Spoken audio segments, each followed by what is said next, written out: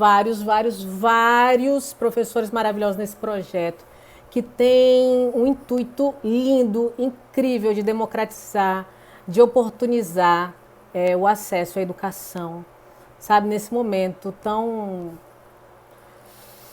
revelador, né? Tão revelador de é como o Karnal bem falou, né? Aqui é bom que a gente pode falar tudo, aqui não tem censura. Karnal falou que é uma época em que se revelam os heróis e os canalhas, né? Então assim, é muito bom porque a gente está conhecendo. Eu tive a oportunidade de rever grandes amigos e de conhecer pessoas incríveis, né? Pessoas que eu já admirava à distância e pessoas que hoje eu tenho como amigas incríveis, né? Então, quem você puder, por exemplo, apresentar esse projeto, algum amigo que esteja precisando, é nossa oportunidade. Porque a gente pode sim fazer textão em Instagram, a gente pode fazer o que for, né? A gente pode falar pra caramba. Agora, agir é outra coisa, né? Então, a gente pode oportunizar a educação. Então, está nas nossas mãos fazer isso, tá certo? Então, está nas nossas mãos também transformar esse país num lugar melhor. A nossa causa é a humanidade, a nossa causa são as pessoas. E eu ouvi isso de um grande mestre que está aqui nessa live, professor Tiago Antônio. A gente está nesse mundo aqui é pelo outro.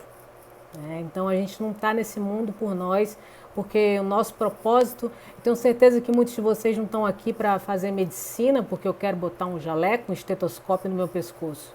Eu tenho certeza que muitos de vocês querem fazer medicina porque vocês querem salvar vidas, muitas vezes para salvar suas próprias vidas, né? Porque vocês não conseguem imaginar um outro destino para a vida de vocês. E muitas vezes a vida ela faz com que você não acredite no seu próprio propósito. Muitas vezes você vê alguém que aparentemente se sai melhor numa redação, num cálculo, num simulado, mas eu peço que você não olhe só para isso. Eu peço que você acredite em si mesmo, porque o Brasil precisa de pessoas que tenham mais que talento, tenham disciplina, tenham vontade. Então, muitas vezes não é dom não, é manha, é jeito, é vontade, é força, é amor pelo que faz, tá certo? Eu poderia estar fazendo qualquer outra coisa, né? Passei em 12 concursos, meu pai é doidinho, quando eu resolvi ser professora, ele falou, meu Deus, minha filha vai ser pobre. Mas quando a gente vê que pode oportunizar destinos e você tem que ter amor pelo que faz, como está dizendo aqui, a galera do Marca Teixeira, não conhece esse curso, mas quando você tem amor pelo que faz, você não trabalha, né? Você oportuniza destinos. E é o nosso lema, é preciso coragem para ser quem você decidiu ser em um lugar onde ninguém ainda é, certo? Então, quando alguém diz que você não pode, use isso como mola mestra, como combustível, tá bom? Porque muita gente já disse que eu não posso, muita gente mesmo. É isso mesmo, Julinha, foco, força, fé. Muitas pessoas podem até dizer às vezes para você, Júlia, você não vai conseguir, mas se a Júlia mesmo disser, se bater no coração dela forte, se o olho dela brilhar, se o cabelinho do braço aqui arrepiar, cada fibra do corpo dela disser que é isso que ela nasceu para fazer, ela vai fazer. O destino dela vai ser esse, tá bom? E a gente nasceu para edificar outras pessoas. A gente tem que cada palavra que a gente dá vida, né? Aliás, a gente deve dar vida verbalizando coisas. Então a gente deve verbalizar tudo aquilo que a gente quer dar vida. Então vamos escolher bem nossas palavras, né? Vamos nos deixar levar pela razão e não muitas vezes pela emoção. Então, uma coisa que eu gosto muito de oportunizar é a questão da arte, né? Muitas vezes a arte, o que acontece? Nós aqui do Nordeste, principalmente nós aqui do Rio Grande do Norte, nós não temos acesso. Ai, que bom, Gabriel, coisa linda. Daqui a pouco eu tô chorando também, olha que eu nem tô na TPM, viu? Mas uma coisa que a gente tem que ter acesso, uma coisa que a gente tem que ter curiosidade de buscar é a arte, certo? A arte ela não tem um objetivo concreto, ela não tem uma função utilitarista, mas ela é absurdamente essencial à dignidade humana. Fundamental à dignidade humana. Tá certo? Então, quando a gente, por exemplo, fala em arte, se a gente for, por exemplo, para os grandes centros como São Paulo, a gente ainda vê manifestações artísticas. A gente vê um museu ou outro. Agora, quando a gente vem aqui, eu sempre falo isso para os meus alunos, quando a gente vem aqui para o Rio Grande do Norte, para Natal, a gente tem o quê, gente, como manifestação artística? Eu, quando tive aula, quando dei aula, a gente tinha o quê? O Museu Câmara Cascudo, que estava em reforma desde seu lançamento. Na verdade, era o que a gente tinha. Então, a gente precisa valorizar a arte.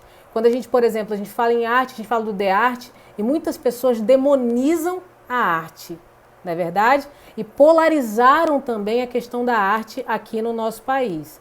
Existe a arte de esquerda e a arte de direita. Isso está erradíssimo, né? Se, por exemplo, a arte se tem nude, é arte de esquerda. Se é bonito, é arte de direita. Muita gente demoniza a questão da nudez, na verdade, na arte. Ai, que coisa feia, uma pessoa pelada. Mas aí você tem uma mulher gorda, nossa, devia ter vergonha na cara, uma mulher gorda, pelada, né? Eu dou muito exemplo muito bem, doutora Érica, a arte é salvação, a arte nos salva de uma verdade muito dura, como diz Nietzsche, né? A gente vê, por exemplo, a questão da Preta Gil. Não sei se vocês lembram quando a Preta Gil lançou o seu próprio CD e ela saiu nua na capa. E eu achei de uma beleza incrível. Mas muitas pessoas criticaram o fato dela estar nua na capa do seu próprio CD. Mas muitas dessas pessoas que criticaram a nudez de Preta Gil na capa do seu próprio CD são essas pessoas que compartilham imagens de meninas nuas no WhatsApp, nos grupinhos do futebol, nos grupos de família. Então, que nudez é tabu na nossa sociedade? Que tipo de nudez é tabu? Então, algumas chocam e outras não? Então, é isso que a gente tem que pensar. A indignação, ela é circunstancial, então tem que haver um limite para um tipo de arte. A arte ocidental, ela é muito cunhada nesse conceito de beleza. Então, a arte tem que ser bela. É só você perguntar para sua avó. Se a sua mãe for muito jovem, não pergunta não. Mas, por exemplo, se perguntar para sua avó, vó, você dá um quadro do Picasso para ela, fala, vó, isso aqui é arte? Ela deve me livre, um negócio desse com o nariz aqui, uma orelha aqui, um negócio estranho, troncho. Agora, dá um quadro com um jarro para ela. Nossa, que cor linda, eu vou botar aqui na sala. Não é verdade? Isso mesmo, Julinho, isso mesmo. Vamos persistir, né? É estudar até passar, não é para passar. Então, gente, uma diferença memoriza isso. A arte ocidental, ela é muito diferente da arte tribal, certo? A arte ocidental, ela é muito cunhada no conceito de beleza, de belo e de feio. A arte tribal, a arte africana, a arte indígena, ela é muito cunhada nos sentidos simbólicos. A arte tribal, a arte indígena, a arte africana, ela tem sempre uma utilidade, ela vai ter uma simbologia. Sempre que você vai para uma caverna, ali alguma coisa, você vê aquelas inscrições, você vê que tem ali uma mensagem, ok? Já no Ocidente a gente tem aquele conceito, isso é bonito, isso é feio. Na verdade, isso é típico do Ocidente. E hoje a gente vai tentar entender algumas coisinhas sobre a arte e a redação. A oriental, ela tem muito isso também. A oriental também tem esse lance da simbologia. Acho que é Arthur, né? Da questão da simbologia. Se você vai, por exemplo, para a arte nipônica, você vê bastante isso. Se você for, por exemplo, para a arte indiana, quando você vê livros como Kama Sutra, né? Se você vê esse tipo de manifestação artística, você vê muita simbologia. Mas isso, toda cultura que tem essa influência muito caucasiana, que você vê essa cultura muito branca do homem ocidental, você vê muito esses conceitos que levam muito a tendências moralistas, que você vê muito essas tendências de critérios que, inclusive, com o tempo, vão escravizando um único gênero, que é a mulher, né? A nossa nudez incomoda ou não, dependendo de quem nós sejamos. E aí passa a nos incomodar, que a gente passa a encontrar defeitos na gente também. Quem nunca aí das meninas já se achou feia, já achou que estava sobrando ou faltando alguma coisa no seu próprio corpo porque você se baseou em alguém, porque você se baseou em um padrão que foi estabelecido? Eu já, várias vezes, diversas vezes. Então, eu acredito, eu acho linda essa geração de vocês que tá numa nova leva de aceitação, sabe? Eu sou linda desse jeito. Eu acho lindo meninas negras assumindo seus cabelos. Apesar de ainda não haver um referencial, por exemplo, ainda, para as crianças negras. Por exemplo, meninas negras ainda não têm um referencial de princesa negra.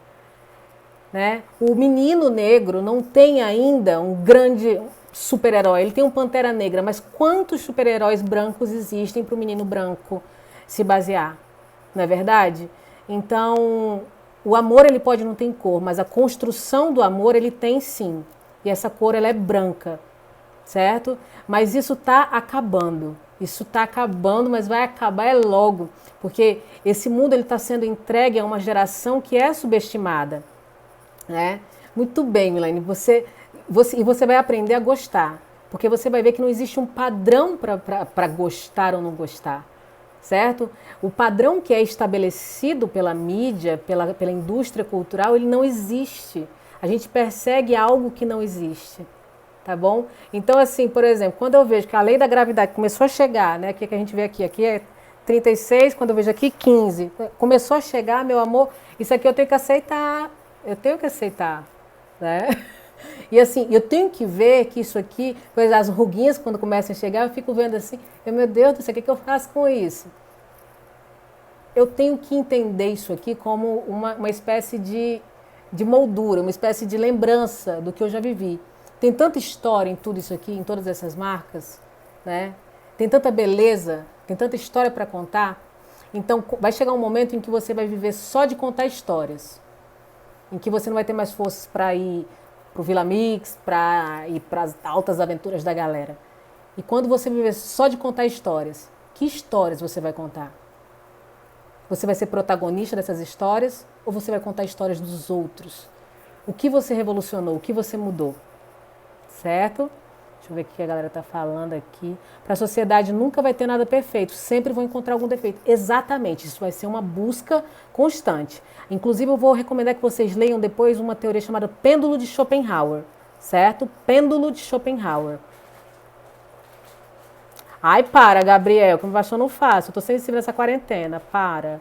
Isso, lindas palavras. Na nossa sociedade, atualmente, precisamos a cada dia quebrar os estereótipos. Quebrar estereótipos e edificar outras pessoas. O ideal é que a gente edifique, principalmente que a gente entenda a outra mulher não como concorrente, mas como uma mana, entendeu? Ai, para. Vocês estão... Perfeito é você, Júlia, sua linda. Não que me suportar, quero me apaixonar pelos meus pedaços. Eu levo isso para minha vida, para me amar como eu sou. Ai, eu vou parar agora essa live, que essa aqui eu vou calar a boca. Não fala mais nada. Se está muito magra, falam. Se criticam, se for gorda, criticam. Não existe nada perfeito para a sociedade. É verdade. Rugas são prêmios da vida, só tem quem está vivo. É verdade, doutora Érica. A mudança é necessária, por conta disso me aceito. Quanta reflexão. Gente, só tem gente maravilhosa, gente perfeita aqui. Só tem obra de arte. Não à toa a gente escolheu esse tema, na verdade. E a arte ela é fundamental. Tá bom? Então, já que a gente não tem aqui no nosso estado, já que nossa cultura não valoriza isso, vê isso como algo superficial, supérfluo, a gente vai atrás. Tá bom? A gente busca. Olha só. Então, o que é arte? A arte é só o que é belo? Nada de rivalidade, né, Jajá? Oi, Huguinho. Tem que ter... o que é arte, gente? Arte é só aquilo que provoca, tipo, uma sensação de bem-estar na gente? É só bem-estar que a arte tem que provocar? Tu olha assim, caraca, que paisagem bonita. Olha aquele barquinho ali, olha. Rapaz, essa mulher aqui, olha que coisa mais linda, esse príncipe. Se você acha isso e você vai entrar na UFRN, todos os seus conceitos vão ser quebrados. Minha primeira semana na UFRN, eu estava ali ainda. Galera de touros, bem-vinda, adoro touros, passei altos carnavais lá, nas antigas, tomara que ninguém se lembre de mim. Gente, eu entrei na UFRN, tinha um cara passando simplesmente com a máscara de gás, de cueca e uma guitarra. Ele passou correndo assim na minha frente, pelo amor de Deus, o que é isso? Aí o pessoal, é arte. Aí eu não retruquei, porque era o conceito dele, não é verdade? Uma vez um professor falou que arte é tudo aquilo que a gente questiona se é arte. Até hoje penso sobre isso. Olha que massa esse conceito, Nicole. Tudo que a gente questiona se é arte. Vou adicionar já a minha caixinha. Eu tenho um conceito que eu guardo muito, que é do Hakim Bey. Ele fala, arte é tudo aquilo que choca. É tudo aquilo que provoca reflexão. Ou então tudo aquilo que provoca alguma reação em você. Você não passa, a arte não passa despercebida. Então se provoca asco, se provoca indiferença até a você, se provoca desprezo, raiva, então é arte, certo? Aí algumas pessoas têm a tendência de considerar arte só aquilo que é belo. A boa arte transforma de um modo, mexe com a gente e nos faz pensar e repensar. Ela provoca reflexão. É arte. Arte é instrumento de revolução. A gente vai ter uma live aqui dia 22, eu acho que vocês nem conhecem essa pessoa aqui. Eu nem vou falar muito, sim. A gente vai ter uma live aqui dia 22 com aquela atriz Alice Carvalho. Ela vai falar sobre arte como instrumento de revolução. Simplesmente. Oh, coisa linda. A arte brasileira é totalmente diferente em relação à arte holandesa. Mas toda a arte ela é diferente. A arte brasileira ela é sensacional, diversa, antropofágica, né? As pessoas têm diferentes pensamentos sobre o conceito de arte. E todos são verdadeiros. Né, Raíssa? Deixa de ser nojento, viu? O Hugo já foi para todos os países. Dá raiva da aula de arte para esse menino. Porque ele fala, Louvre, ele já fui. Eu vai te catar, cala a boca. Nem participa da aula, baixa a cabeça. Né? Como o Renascimento. Pronto, o Renascimento, Arthur, o que acontece? O Renascimento ele vem trazer um conceito de perfeição para a arte. Eu curto muito o movimento que vem após, mas por uma questão pessoal. O Renascimento ele traz muito essas questões da perfeição, do ponto focal que a antiguidade clássica traz. É um foco na razão, um foco no pensamento filosófico, no antropocentrismo. Então, por exemplo, você tem dois Davis, né? Você tem o Davi de Michelangelo, que é aquele Davi, né? Que é uma estátua enorme, né? Plácida, é um cara estático. Aí você tem o Davi barroco, que é o Davi de Bernini, que é um Davi em movimento. É um Davi que eu tenho um crush no estátua, pra você ter uma ideia. É um Davi que tá assim, ainda vai matar o gigante Golias. E é um Davi em movimento, é um Davi emotivo, teatral, sabe? Isso mesmo, Avi. O Renascimento ele vem trazer a questão da simetria, da perfeição. Já o Barroco, que vem do espanhol barrueco, que significa pérola imperfeita, ele valoriza justamente isso, o feísmo, né? A perfeição dentro da imperfeição. É sensacional isso. Eu sou louca pelo Barroco. Filosofia junto até mesmo com o Barroco. Filosofia com o Barroco, isso é muito complexo, né? Porque se você pegar a filosofia com o Barroco, filosofia é um campo complexo. O Barroco é um movimento literário, né? Isso, as imperfeições. Então, gente, deixa eu trazer aqui para vocês. Então, arte é um conceito extremamente pessoal. O que torna algo artístico na cultura ocidental é onde ele está, né? A função da arte é humanizar, gente. Mas, na minha opinião, isso também é muito pessoal. Isso é muito circunstancial. Mas é trazer reflexão, é trazer revolução, é trazer mudança, é trazer revolta, ok? E por que a gente não curte, não valoriza a arte? Isso nunca foi incentivado. E, na minha modesta opinião, queria que até podem levar em consideração, ainda não existe tanta censura nesse país. Mas é porque a arte, assim como leitura, assim como educação, é muito perigoso. Incentivar algo como a arte num país é armar o povo de um instrumento mortal. Então, qual o sistema que é louco de dar arma e munição para um povo que pode derrubá-lo? Não é verdade? Exatamente, as imperfeições são belas porque são verdadeiras. Eu também sempre detestei obviedades. Eu gosto de imperfeições. A Semana de Arte Moderna é muito importante para a formação da arte brasileira. É sensacional, né? E a Semana de Arte Moderna brasileira é incrível porque eles se regozijavam com as vaias dos parnasianos. É tipo aquela coisa, a sua inveja faz a minha fama. A vaia da Falciane é um aplauso para mim. Então, quando os modernistas recebiam vaia dos parnasianos, eles faziam muito obrigado, porque a vaia de vocês é um gozo para mim, não é verdade? São muito loucos. Deixa-me ver aqui, cadê a minha próxima tela? Tá aqui. Aí você vê isso aqui.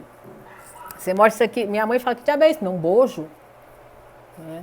Você tem aí a fonte de Marcel Duchamp, né, do movimento dadaísta. Ele pega um mictório, né, um urinol, e coloca no meio de um museu.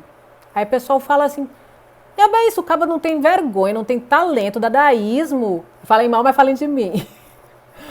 O cara não tem talento para fazer uma obra de arte, bota um mictório no meio do museu. Mas, gente, olha a crítica, olha a reflexão que ele quer provocar com isso. Ele coloca no meio de um museu, não é verdade? E aí ele quer dizer, o que torna algo arte? É o lugar onde ele está? Se esse mictório, esse urinol estiver dentro de um banheiro, ele vai ser considerado arte? Não. Mas se eu botar ele no meio de um museu como o Louvre, como o MoMA, ele vai se tornar arte? Sim, muito provavelmente. Não sei se vocês sabem a história de uma pessoa que deixou os óculos caírem assim no museu e ficou lá no chão. E uma galera começou a tirar foto. A galera pensava que aquilo era uma intervenção artística, era uma obra. Aí o cara, opa, licença gente, desculpa, deixei aqui cair, e botou os óculos de volta. Já imaginaram? Então, o que torna algo artístico para uma cultura ocidental que não conhece arte, na verdade, é justamente o local onde ela está. Não é verdade? Então, é por isso que a gente precisa conhecer. E se a gente quer entender, por exemplo, arte, né? O Mário Quintana, ele sempre falou assim, quando alguém perguntava, o que você quis dizer com esse poema? Ele respondia, o que Deus quis dizer com esse mundo? Então, cada um que entenda da sua forma, certo? Mas você... tem vários, o dadaísmo é sensacional, é sensacional. E muita gente achava que era uma coisa ilógica demais, infantil demais, mas ele foi um movimento extremamente revolucionário, que provocava muita reflexão, com muita ironia, né? E a galera achava que eles eram muito infantis, muito pueris, né? Muito imaturos para fazer arte de verdade. Só que no fundo eles estavam trazendo o verdadeiro conceito de arte. Dadaísmo é muito interessante, o contexto histórico do dadaísmo faz você entender o porquê daquele objeto ser usado como obra. Exatamente. Exatamente. Então, assim, o que vem a ser arte? É o seu contexto? É a inspiração? Porque para os dadaístas, né, a arte ela nascia, ela transpirava, ela surgia. Como fazer um poema dadaísta, né? Você colocava vários pedacinhos de palavras dentro de um saco e você ia tirando aleatoriamente, daí surgia um poema. Então, assim, enquadrar um poema, um movimento artístico em uma categoria é castrar, é podar os conceitos de arte. Conceituar a arte é castrar a arte, não é verdade? Então, olha só, quando a gente vem trazer, por exemplo, já que a gente tem que fazer enquadrar um texto, a gente tem que escrever para um interlocutor em específico, nesse processo seletivo que ainda é injusto, chamado Exame Nacional do Ensino Médio, Enem, porque ainda é a única forma da gente poder se expressar de uma forma, digamos, livre. Porque você não pode dizer necessariamente o que você pensa. Você não pode dizer necessariamente o que você pensa. Né? Você tem que dizer, muitas vezes não. Você tem que dizer o que o corretor ele quer ler. Não é verdade? E só lembrando que o corretor ele tem que corrigir pelo menos 100 redações por dia. Lembrando também que esse corretor ele é um professor muitas vezes, que trabalha em 1, 2 escolas, manhã, tarde, muitas vezes noite, e ele tem que corrigir 100 redações por dia. E o ideal é que você traga um repertório interessante e logo na sua introdução. Trazer um repertório na introdução é uma estratégia muito inteligente, porque ele já vai te pontuando ali na competência 2. Certo? Então, assim, não vai ser prolixo na sua introdução, não. Mete logo nos peitos dele, logo na introdução, um repertório bacana. Que é pra ele, sabe, dar aquele baque, o queixo dele cair logo numa altura de 1,80 m. Então, você usar, por exemplo, arte, Teve um ano aí que eu peguei abuso do Bauman, gente, de tanto que usavam Bauman, né? Eu podia ouvir Bauman, que eu ficava, como diz mamãe, toda intoxicada, né? A modernidade líquida, a sociedade líquida. Aí eu desintoxiquei de Bauman. O que é a gente ser considerada bonita pela sociedade, sendo que suas atitudes não mostram o mesmo? Exatamente, Julinha, é verdade. Beleza é como arte. A beleza é um conceito pessoal. Então você usar arte como repertório na redação e também na sua vida, é ouro, meu filho. É ouro barroco. Tá ok? Então vamos começar, certo? Eu gosto muito desse movimento. É um movimento de vanguarda europeia chamado expressionismo. Tá certo? Oi, Deise linda! Gente, siga essa professora Deise, maravilhosa. Tá certo? Quando ela ficar famosa, não sei se ela vai continuar humilde. Então sigam logo. Ela vai ficar famosérrima. Olha, expressionismo, gente, um movimento alemão que surgiu num momento muito específico, de muito pessimismo, de muita angústia. Ele pegou ainda um movimento pré-guerra, ele ainda pegou um movimento em que a Europa estava meio que dizimada, meio que destruída, certo? E aí a galera na Europa parece que é um pouco mais consciente, era ou é. E aí, o que o expressionismo trazia? A somatização, a materialização do que não é belo. O que se pensava? Cara, eu olho para o lado, nada é bonito. Eu olho para o outro lado, meu vizinho está morrendo de fome, o outro está morto, eu não estou bem, estou deprimido. Acho que eu vou ficar pintando paisagem bonita, piqueniquezinho, almocinho, jantarzinho, não. Cansei. Eu vou pintar o que eu estou sentindo. Eu vou expressar o que eu estou sentindo. E eu estou com vontade de me expressar do jeito que eu quero. Eu não quero nem trazer essas cores aqui reais. Eu vou trazer um traçado forte, eu vou trazer as cores que eu quero. Eu vou trazer o que as pessoas nem querem ver. E o expressionismo é isso, é a pura expressão de muitas coisas que nem todos gostariam de ver. É um movimento que surgiu na Alemanha e caracterizava a arte criada sob o impacto do sofrimento humano. E aí o que acontecia? O que o expressionismo faz? Ele deforma o externo para ressaltar o interno. Ele vai deformar o que está fora para mostrar como é que ele está por dentro. Ele vai falar, você acha que está feio aqui o que eu estou pintando para você? Porque tu não viu como é que eu estou por dentro. Isso lembra o Instagram para vocês? Muitas vezes é o contrário. A gente tenta colocar um filtro, né? Colocar umas alterações, deixar mais bonito, que é para não ressaltar o que está por dentro. Não é verdade? Então, o expressionismo, ele faz isso. Ele deforma o que está fora para mostrar como as pessoas estão por dentro. Ele não está nem aí. Aí a gente tem uma perfeita... Acho que uma expressão... Acho que a tela mais famosa do expressionismo, né? Que é a do Munch. Muitos chamam até de Munch, né? Chama de Edvard, qualquer coisa. É Edvard, menino, Edvard. Certo? Foi do grito, aquele negócio do Macaulay Culkin. Mas o Munch, ele traz... Oh, Vitinho, obrigada, meu amor. Gente, fico muito feliz porque o professor ele precisa de alunos, porque não existe só aula do professor, existe aula casada, é troca aqui. Se não tivesse essa troca aqui, não haveria aula, não. Ah, dei cada aula merda, que você não tem ideia. Oh, obrigado, Ianzinho, maravilhoso. Essa obra, é verdade, Mavi, essa obra, ela é a representação da falta de alteridade, da falta de empatia. Vou falar uma coisa para vocês, meus alunos eles já sabem disso. Você não consegue ver nessa obra nenhuma linha horizontal. Uma linha horizontal. Quando você vê uma linha horizontal, o que você imagina? Cara, tem equilíbrio, tem esperança, certo? Linhas retas, quer dizer equilíbrio. Quando você vai para uma obra renascentista, aí você vê simetria, você vê aquele negocinho assim, tudo metódicozinho, pronto, equilíbrio. Aí você não vê uma linha horizontal, você não vê nenhum horizonte. Caramba, cortei foi os amigos do cara aqui, né? Cortei os amigos do bichinho.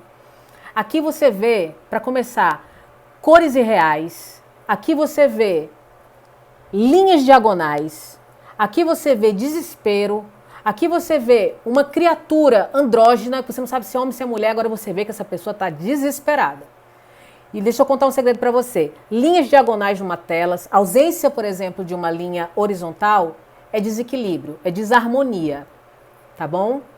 Linhas diagonais, ausência de linhas horizontais, é desarmonia. E você vê que tem muitas linhas curvas, cores irreais muito fortes, tá certo? Quer ver você deixar de o caba virar, aceitar Jesus como seu único salvador na mesma hora? É ele ir ali na rua e ver que o céu tá laranja, azul, verde, amarelo. Ele olha assim, crê em Deus Pai Todo-Poderoso, eu aceito Jesus como meu único salvador, pelo amor de Deus. Imagina aí.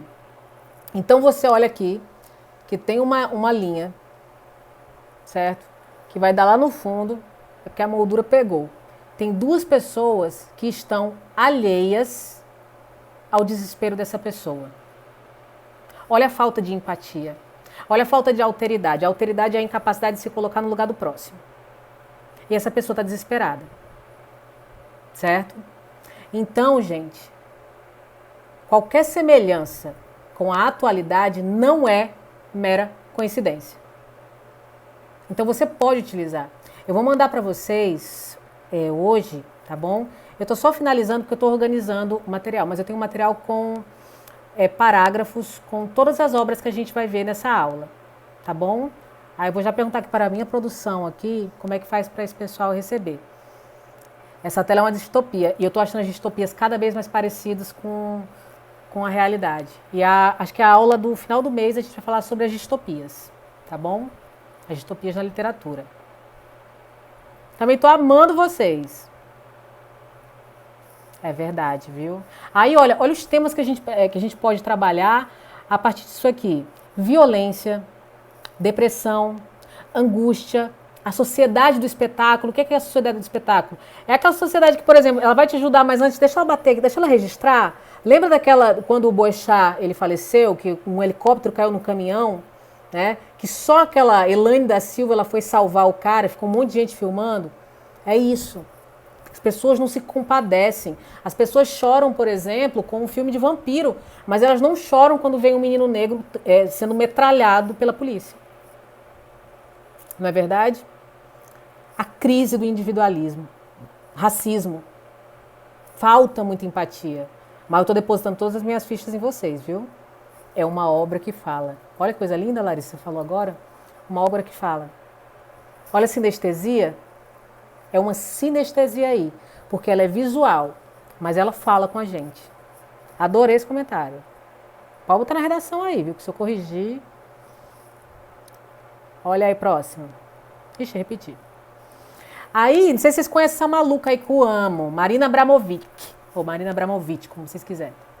Ela adora intervenções artísticas chamadas performance, que usa o próprio corpo dela, tá bom? Então, a performance que ela fez em 2013 era comemorando, era uma homenagem aos 150 anos do nascimento do Edvard Munch. E aí, ela levou cerca de 270 pessoas para esse lugar aí, para essa ponte onde o Munch estava. Porque, na verdade, gente, foi até era um diário do Munch. Isso aqui, deixa eu ver se eu acho aqui. Ele escreveu um texto antes disso. Eu vou colocar no material para vocês. Antes dele pintar aquela tela, ele escreveu algo em seu diário dizendo que ele teve um rompante de angústia antes de pintar aquilo. É muito autobiográfica aquela tela do Munch, certo? E aí a Marina Abramovic, ela fez uma moldura, levou 270 pessoas para esse mirante e ela fez uma intervenção. As pessoas gritavam, 270 pessoas. A Marina gritou por mais de 2 minutos. Ela acaba, ah! E essa foi a intervenção mais normal que a Marina já fez. Só para vocês saberem. Ao final a gente vai falar sobre a Marina. Devemos amar o próximo como nós mesmos. Não pense só em você. Pense no seu amigo. Às vezes ele tem mais problemas que você. Com certeza. Com certeza. Performance tem um conceito tão dinâmico que eu entendo e não entendo. Então você entendeu. Você entendeu. A performance, ela tira a gente de uma zona de conforto, de contemplação da arte. Ela leva a gente... Ela tira a gente de uma postura passiva para uma postura extremamente ativa. Marina é Deus, é diva, né? Uma outra tela que eu queria trazer para vocês é essa daqui. Os fuzilamentos de 3 de maio de 1808, do Francisco de Goya. Né? Ela é contemporânea ali de um movimento chamado romantismo, mas já passando ali para o realismo. Vou contar aqui rapidinho. O que aconteceu nessa época, gente? Isso aqui é uma reação de um artista a uma ação de um ditador. Napoleão Bonaparte mandou uma galera para um lugar, falou assim, ó, bem grosso modo, viu? Vai lá, toma um bagulho. A galera foi lá, só que a galera foi humilhada por um monte de agricultor. Falou, ei, rapa daqui que esse lugar aqui é nosso, meu irmão. Tá pensando o quê? Vaza daqui, doido. E aí eles voltaram lá tudo humilhado. Falou, Napoleão, seguinte, a galera botou gente pra correr. Aí Napoleão foi mesmo, pois amanhã vocês vão voltar lá e vão matar quem tiver com pá, estrovenga, machado, lixa de unha, caneta bic, não quero saber. Eles voltaram, gente. E simplesmente eles fuzilaram sumariamente todos os agricultores daquela aldeia. Foi um massacre. E aí nessa tela, porque no material você vai ver ela mais ampliada. Nessa tela o artista ele faz questão de tirar a dignidade dos assassinos. Ele não mostra o rosto dos assassinos. Ele deixa todos numa posição mais encurvada e sem seus rostos aparecer. Tem um homem ali que é um agricultor, é um homem de pele escura, mas sua veste é propositalmente muito branca. E seus braços estão erguidos assim para cima. Numa posição que lembra muito um mártir de muito tempo atrás. Seu nome começa com Jesus e termina com Cristo. Então ele humanizou uma figura, um mártir religioso. Ele comparou com um homem do povo. E ele deu dignidade a um homem que estava prestes a morrer. Tem um frade que está ali rezando, tem pessoas que já foram ali fuziladas, tem sangue escorrendo até os pés ali dos assassinos e tem uma lâmpada proposital que ilumina as pessoas que vão ser mortas, não os assassinos. Então, a partir dessa obra aí, a gente pode trabalhar temas como violência, como repressão, a representação ímpar da guerra, da violência e da morte, o discurso de ódio, a cultura do cancelamento. Aqui, por exemplo, em um dos... Cadê? Só um exemplo para vocês verem como que a gente pode trabalhar isso aqui. Isso aqui eu coloquei para vocês e eu vou enviar para vocês. Olha só. Na obra Os Fuzilamentos de 3 de maio de 1808, observa-se não só a reação do artista madrilenho Francisco de Goya a um episódio nefasto da história, como também o retrato profético da polarização social, fruto da fraqueza racional. Mais de 2 séculos separam o momento atual do fatídico massacre espanhol. Entretanto, as mãos das vítimas, agora brasileiras, continuam ao alto, rendidas ao caos. É fundamental, portanto, que o reinado inquisidor da violência cesse. E para que isso seja possível, aí você vai colocar 2 agentes, sei lá, governo, sociedade, devem atuar massiva e pontualmente para que essa problemática seja mitigada. Uma coisa assim, ok? Pronto, a pintura de Tiradentes também é sensacional. Então, esse material que eu vou mandar para vocês, tá certo? Com os parágrafos. Então a gente consegue trabalhar a partir de uma tela. A gente olha, vê todo esse contexto e a gente vê o cara do povo sendo transformado em mártir como Jesus Cristo. Olha o que um artista consegue fazer. Né? E imagina o povo como ficou pé da vida com isso. Olha só a próxima. Essa aqui deixa indignada. Essa aqui eu tive no Museu de Belas Artes lá do Rio de Janeiro. Pra vocês verem como... Aqui em Natal, aqui no Nordeste, como existe uma desvantagem. Por isso que a gente tem que correr muito mais rápido que o pessoal de fora. Porque aqui a gente não tem acesso à arte, tanto quanto o pessoal lá. Eu fui no Rio de Janeiro, gente, o centro do Rio de Janeiro é uma coisa linda, rica, fantástica. Museu, a gente pagou R$3 para entrar no Museu de Belas Artes, na Biblioteca Nacional não pagamos nada. Sabe? Era cada coisa linda, incrível. E no Museu de Belas Artes do Rio de Janeiro eu vi essa tela. Sensacional. A Redenção de Cã. E já me chamou a atenção. De um cara chamado Modesto Brocos. Essa tela é do final do século XIX. Isso, Nicole. Esse processo de miscigenação. Aí quando falam miscigenação, o Brasil é um país miscigenado. A gente ama essa miscigenação. Quando clareia. Quando escurece, não. O Uber, o táxi, geralmente não para pro negro, mas o camburão para. Não é verdade? Você vê aí nessa tela um exemplo exímio do movimento eugenista do final do século XIX no Brasil. Da tentativa de branqueamento da população. Você vê uma avó dando glórias porque seu neto nasceu branco. Você vê uma mãe mestiça.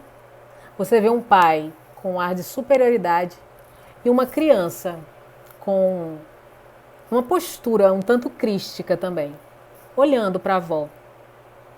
Né? Tem até um movimento bem circular entre os olhares.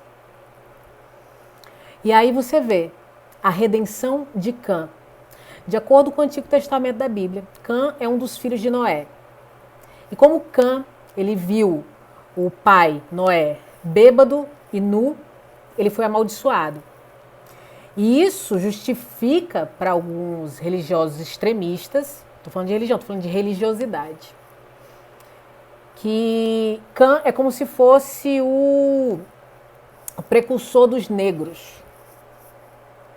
Então, é como se isso justificasse a escravidão, né? Isso foi uma das desculpas para o racismo. Muito bem, Maria Luísa. É uma das desculpas para o racismo, para a escravidão, para o preconceito. Está tudo na Bíblia. São descendentes de Cã. Não é verdade? A péssima interpretação que existe. Olha a falta de leitura, o baixo nível de leitura, o que que faz? Ele justifica preconceitos. Ele enraiza preconceitos no nosso país. É isso que acontece. Caramba, hoje vocês estão afiados, vocês estão mandando só na minha jugular. Em nome de Deus, o homem fez o diabo. Cacilda, meu amigo. Poxa, chega a me arrepiar aqui. Então você vê aí a redenção. Então o Modesto Brocos, não é que é bacana esse nome, não é bacana ele falar redenção de Cã. É como se Cã estivesse sendo perdoado com um branqueamento. Como se isso fosse bom para o país. A diluição da melanina. Isso é absurdo. Isso é absurdo. Então a gente pode utilizar assim, esse contexto aí, essa tela terrível que foi utilizada, tudo que prega o ódio não veio da religião. Veio, vou completar, veio do homem. Com certeza. Então a gente pode aí usar como pretexto para eugenia, racismo, a ausência de leitura, a desigualdade, a necropolítica. Depois procurem uma leitura sobre isso. Necropolítica. A necropolítica, o necro, esse prefixo tem a ver com morte, né? Que alimenta necrodiscursos. A necropolítica é um discurso, é uma cultura que alimenta esse lance de que uns podem viver e outros devem morrer. E geralmente quem pode viver é quem pode viver. E quem deve morrer é quem está à margem. E quem está à margem geralmente tem a pele preta. E vocês já perceberam que geralmente quem fala que não existe racismo no Brasil não tem a pele preta, tem a pele branca? E eles não entendem o conceito, uma expressão chamada lugar de fala? Vocês já perceberam que quem fala sobre machismo não é mulher? O necrocapitalismo. Exatamente. Eita, aqui hoje o pessoal... Rapaz, eu tenho que estudar para dar aula para vocês, viu? Tá. As pessoas pensam que não tem diferença entre os dois, mas quando vemos as diferenças são grandes. São muito grandes.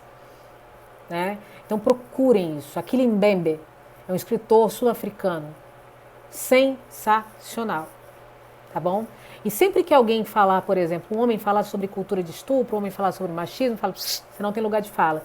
Sempre que um branco falar que não existe racismo, você não tem lugar de fala. Tá certo? Eu não tenho lugar de fala sobre o racismo. É aquela história, o Mário Sérgio Cortella, ele fala uma coisa muito interessante. Existe uma diferença entre falar sobre e falar de. Falar de é de dentro para fora. Eu posso falar sobre machismo, falar de machismo, porque eu sou mulher. Então eu falo de dentro para fora, eu tenho lugar de fala. mas eu posso falar sobre racismo. Eu não posso falar de racismo, porque eu estou sobre, certo? Eu não estou dentro do racismo. Eu posso defender a causa contra o racismo, antirracismo. É incrível e assustador como algo literalmente tão superficial pode alterar a percepção de outras pessoas. É verdade, é verdade. Chimamanda também é sensacional, incrível. Tem uma aluna que adora, que é a Ruth. Não justifica racismo com a frase eu não sou racista. São as atitudes que indicam isso, exatamente. E elas estão dentro de nós a todo tempo. É verdade, Ian? As pessoas querem fechar os olhos para algo que sempre aconteceu. Exatamente. E quem chama discurso dos outros de mimimi é porque não quer, tem preguiça de entender a verdade. Né? E aí, ó, tá chegando o... Eita, tá quase acabando, né, gente? Vamos ali, vamos correr, vamos correr. Exatamente, Julinha. Olha só, essa obra aí, ela lembra muito o Dia dos Namorados, né? A pessoa fala, ai, que coisa romântica, o beijo. Mas dá um close aí nessa imagem. Você vê o beijo, mas você vê um homem beijando uma mulher. O Gustav Klimt, ele traz isso aí. E lembra muito uma obra também, a história de Apolo e Daphne. Você vê aí um homem beijando, mas você vê uma mão evitando. Apolo e Daphne, pra vocês terem uma ideia. Apolo é um deus lindo, maravilhoso, se gamou.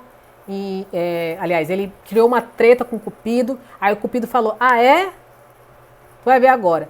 Ele foi, lançou uma flecha em Apolo e fez ele se apaixonar por Daphne, só que ele lançou uma flecha de chumbo em Daphne. Daphne criou ranço de Apolo. E aí ele correu atrás de Daphne, assediou Daphne, abusou Daphne, e Daphne não queria de jeito nenhum e falou, pai, por favor, eu não suporto esse homem.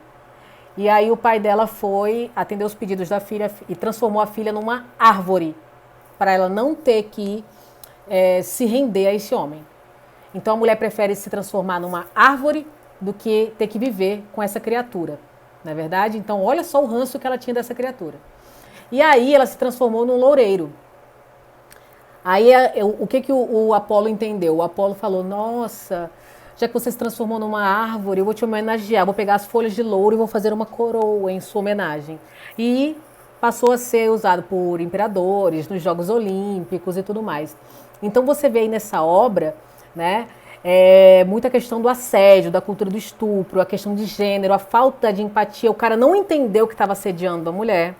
E aqui você até vê a obra de Bernini, né, Apolo e Daphne, ela tentando escapar do cara e o cara, vem cá, gatinha, vem cá, vem cá. Você vê que nas obras barrocas ninguém tinha um elástico, era toda a roupa caindo, né? Era tudo suas incríveis interpretações, adoro, né? Zeus era o Mr. Catra do Olimpo, né, pai de todo mundo. Aqui você vê Mobile Lovers, do Banksy. Você vê as duas, isso aí é muito, o Banksy está em todo canto, está em muros, né? Você pode falar, por exemplo, aí de inclusão digital, impactos ambientais, relações interpessoais e reflexos da revolução tecnológica. Aí você vai também, eu vou mandar no material para vocês. Di, como é que vai fazer pro pessoal? Mesmo jeito, bate um print. Vocês vão bater um print e marcar o marca-texto? Para a gente poder mandar para vocês. Pronto, gente, antes que encerre, porque daqui a pouco o Instagram, ele vai dizer, falta tantos minutinhos. Vocês vão só bater um print depois da tela, tá bom? Aí vão compartilhar no story de vocês e marca o marca-texto, tá bom? Que aí quem marcar o marca-texto, a gente vai entrar em contato para a gente mandar esse material para vocês. Vou botar aqui, arroba marca-texto Redacal. Pronto. Vocês seguem aí. Eu nunca sei fixar esse negócio aqui. Fixa, bexiga. Pronto.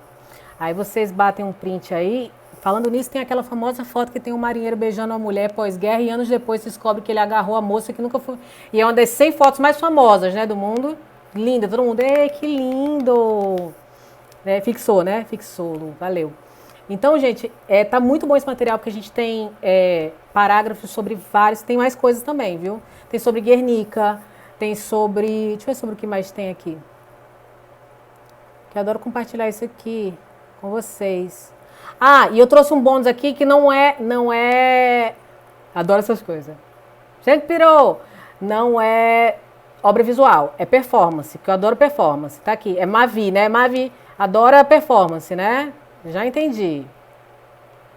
Arte performativa, certo? Não é aquela arte que você chega no museu que você fica assim, o que quer dizer esse quadro? Que você fica assim, meu Deus do céu, vou no Google aqui. Ah, entendi. Não, é performance, né? Performance, a mulher tá lá, a Marina Abramovic é louca. Faltam 2 minutos. Olha só, Marina Abramovic, em 1974, ela colocou 72 objetos em cima de uma mesa e falou: vocês podem fazer o que quiserem comigo durante 6 horas, eu não vou reagir, tá bom? E essas pessoas lá em Nápoles, elas fizeram no início coisas básicas, escreveram, colocaram perfume, deram uma flor para ela. Só que com o tempo as pessoas começaram a se entediar. Falou: será que ela não vai fazer nada mesmo? Começaram a espetar a flor nela, cortaram com gilete a pele dela, colocaram uma arma carregada contra ela, mexeram nas partes íntimas dela. E depois de 6 horas, ela começou a se direcionar ao público. E as pessoas correram, temendo uma reação. Então isso só justifica o quê? Uma pessoa, o agressor, o algoz, sabendo da impossibilidade de reação da vítima, ele se torna cruel.